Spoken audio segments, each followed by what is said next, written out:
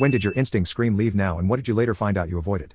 1. I went to sleep for an extra shift I picked up earlier than normal. One of my really good friends really pushed for me to go with him to a party. I couldn't bring myself to have fun instead of getting sleep before a 12-hour shift. Turns out, he was planning to suicide us. He wrecked his car into a tree, right after leaving the party as his way out of this world. He survived, and his dad found notebooks and poems about how he had planned all this out, and this was his way of us living in the afterlife as brothers. We stopped talking after. 2. Not me, but my husband. He used to work for a delivery company. He had an unshakable feeling one morning to a point that he couldn't bring himself to go into work. He just kept saying something was off, and he was going to trust his gut.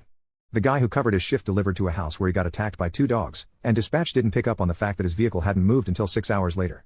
No one knew he was there, and by the time anyone came out to check on the guy, he was too far gone to be able to save. I still think about that. I feel so incredibly bad for the guy and his family. At the same time, I'm beyond grateful my husband didn't go to work that day. It's a double-edged sword thinking about it from a moral standpoint.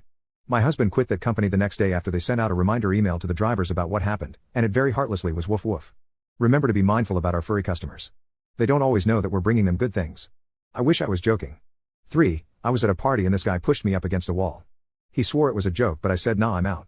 I'd already had bad vibes off him all night and called my boyfriend. All my friends were at the party and didn't want to leave, and asked him to pick me up because I was drunk. A week later the guy was arrested for rape. 4. Not a leave now moment, but something similar. I was living in my parents' apartment and they were both asleep, both take medication to sleep, so they were out. I was about to go to sleep as well, so I turned my light off, but something told me to open my door, so I did, and I looked out into the hallway and saw flickering lights on the wall. I thought how that's weird and almost ignored it, but instead I decided to check it out. Turns out my mom put a candle in a plastic cup on top of an antique dresser. Of course, it started a fire. The flames were about 2 feet high and the living room was filled with smoke already.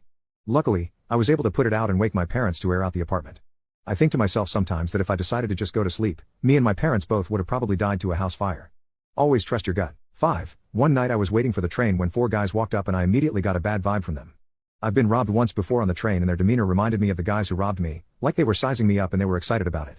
I stood there for a couple more minutes reading my book and trying to look casual, then walked probably 3 or 4 car lengths down the platform. They stayed where they were but kept looking at me. When the train pulled up, I went to get in the front door of the car, glanced behind me and saw them running down the platform toward me. I got in the car and made my way to the back doors at the opposite end. A few seconds later, the 4 guys burst through the front doors and started looking around.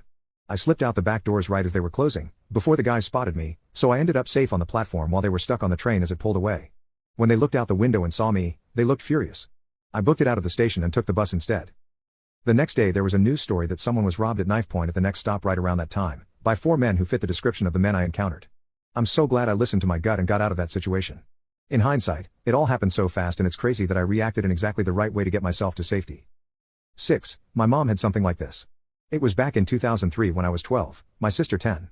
Mom and dad were planning on a date night and they were going to have us kids go stay with our grandma and great-grandma for the night. Mom said she changed her mind last minute and instead they rescheduled and we all stayed home. My grandma's house burned down that night, killing my great-grandma and severely injuring grandma and one of my uncles.